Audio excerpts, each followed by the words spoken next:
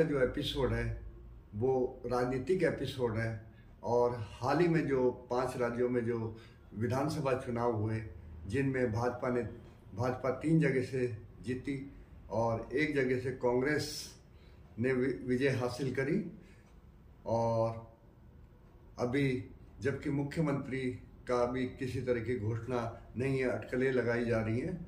लेकिन हमारा विषय ये ना हो कि कौन मुख्यमंत्री राजस्थान का बनेगा या अन्य राज्यों का बनेगा। हमारा विषय है कि इन 5 राज्यों के चुनाव के बाद हरियाणा की राजनीति पर क्या प्रभाव पड़ेगा, क्या 2024 का विधानसभा चुनाव इनसे प्रभावित होगा।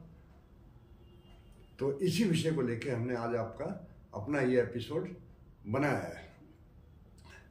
सबसे पहला प्रश्न ये उठता है कि जो विधानसभा चुनाव लड़ा जाएगा वो क्या मुख्यमंत्री मनोहर लाल खट्टर के नाम पे लड़ा जाएगा या फिर भाजपा ने जैसे अभी राजस्थान और एमपी में बिना चेहरे को सामने लाए जो चुनाव लड़ा है उस तरीके से मतलब विधानसभा चुनाव हरियाणा का भी लड़ा जाएगा। अब इसी विषय को लेकर हम आगे की बात करते हैं। यदि मनोहर लाल खट्टर का नाम पर अगर चुनाव लड़ा जाए तो कई जगह पे नेताओं को जो भाजपा छोड़ना भी नहीं चाहते, लेकिन उनको नाराजगी मुख्यमंत्री से है कि उन्होंने मुख्यमंत्री ने उनकी बात नहीं मानी।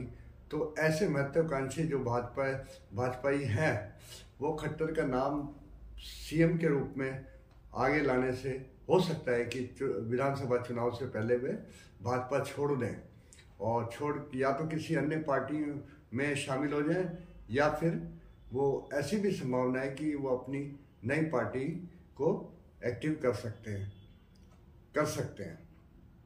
तो ऐसा कभी भी भाजपा नहीं चाहेगी कि इस तरह का फूट विधानसभा चुनाव से 2024 के हरियाणा विधानसभा चुनाव से पहले हो।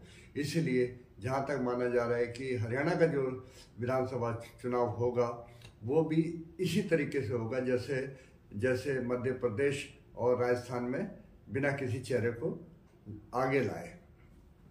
अब हम आगे की बात करते हैं कि इसमें दक्षिण हरियाणा की विधानसभा चुनाव में 2024 के विधानसभा चुनाव में क्या भूमिका रहेगी।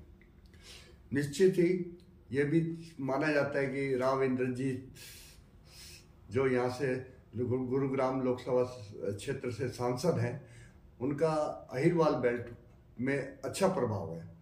तो इस क्षेत्र की 10 सीटें हैं जो लगभग उनके फैसले पर निर्भर होती है। ये भी सभी को पता है कि भाई जो दक्षिण हरियाणा का क्षेत्र है वो कहीं ना कहीं राव इंद्रजीत से जुड़ा हुआ है और उनके निर्णय के अनुसार ही फैसले होते हैं। इसके अलावा 10 से 12 सीटें जो और हैं वो उन पे राव इंद्रजीत का प्रभाव थोड़ा बहुत कहीं ना कहीं देखने को मिलता है।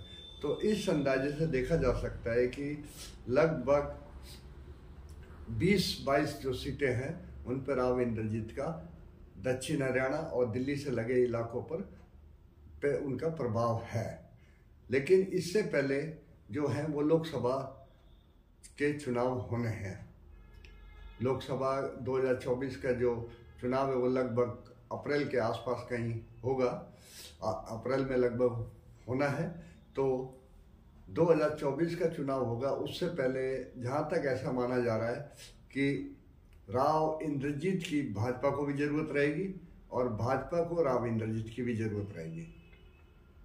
और जब परिणाम जैसे राजस्थान के और इधर के क्या नाम है अपने मध्य प्रदेश के आए, उससे ऐसा अब आभास नहीं होता कि राव इंद्रजीत जी भाजपा को अभी फिलहाल छोड़ेंगे।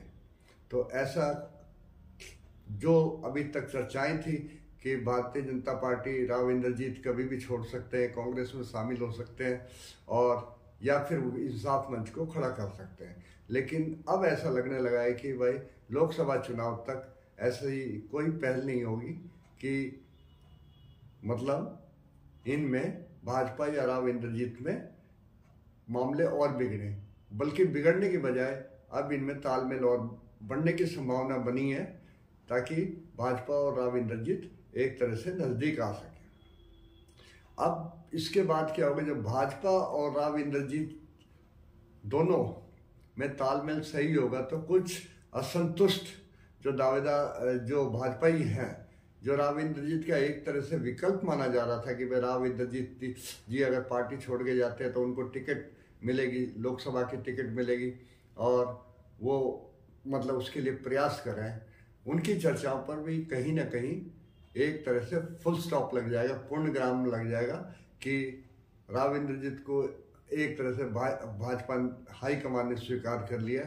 तो हो सकता है कि वे अपनी दावेदारी को भी आगे ना लाएं और इतनी ऐसी संभावना बहुत कम है कि वो निर्दलीय उम्मीदवार के रूप में राव इंद्रजीत को किसी तरह की चुनौती दें।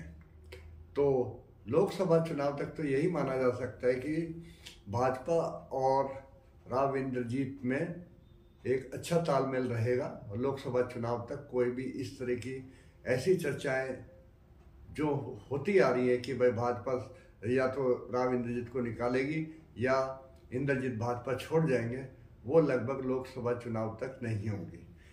जिस कारण एक चीज की तो संभावना लगभग मानी जा रही है कि अगर ऐसा हुआ तो राव इंद्रजीत निस्संदेह यहाँ से लोकसभा गुरुग्राम लोकसभा जो सीट है वो बड़ी आसानी से निकाल सकते हैं। जैसा कि भारतीय जनता पार्टी का मतलब लग रहा है, एहसास है कि भाई इधर का गुड़गांव जो लोकसभा सीट है बड़े आसानी से राव इंद्रजीत निकाल सकते हैं। लेकिन मामला यहीं नहीं रुक जाता कि लोकसभा चुनाव में तो ठीक है कि राव इंद्रजीत जिस मतलब सांसद बन के चले जाएंगे, अब सवाल ये होता है कि उनकी जो महत्वाकांक्षा है वो आगे अपनी बेटी को चुनावी मैदान में उतारने की है। भाजपा राव इंद्रजीत की टिकट तक तो सहमत हो जाएगी, लोकसभा जो चुनाव में उनको टिकट मिलेगी और वो लगभग जीतेंगे भी गुड़गांव गुरुग्राम लोकसभा क्षेत्र से।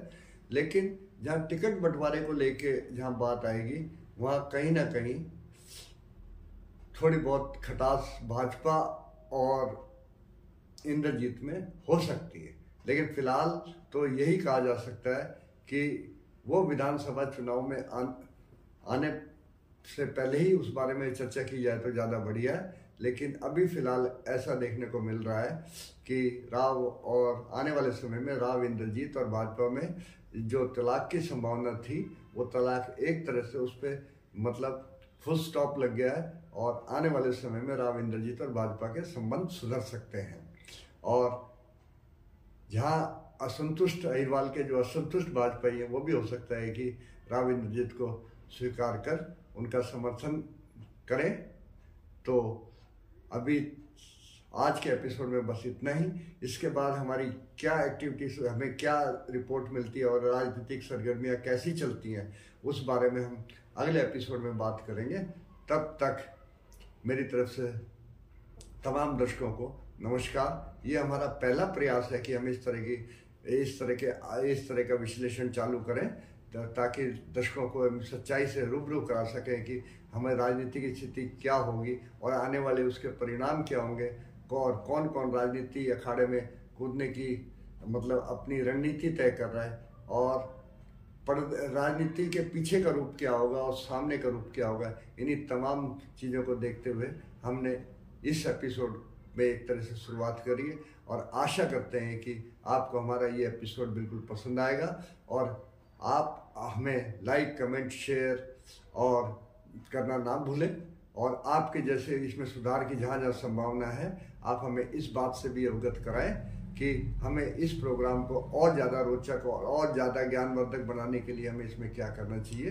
तब तक पवन कुमार का आप सबको नमस्कार।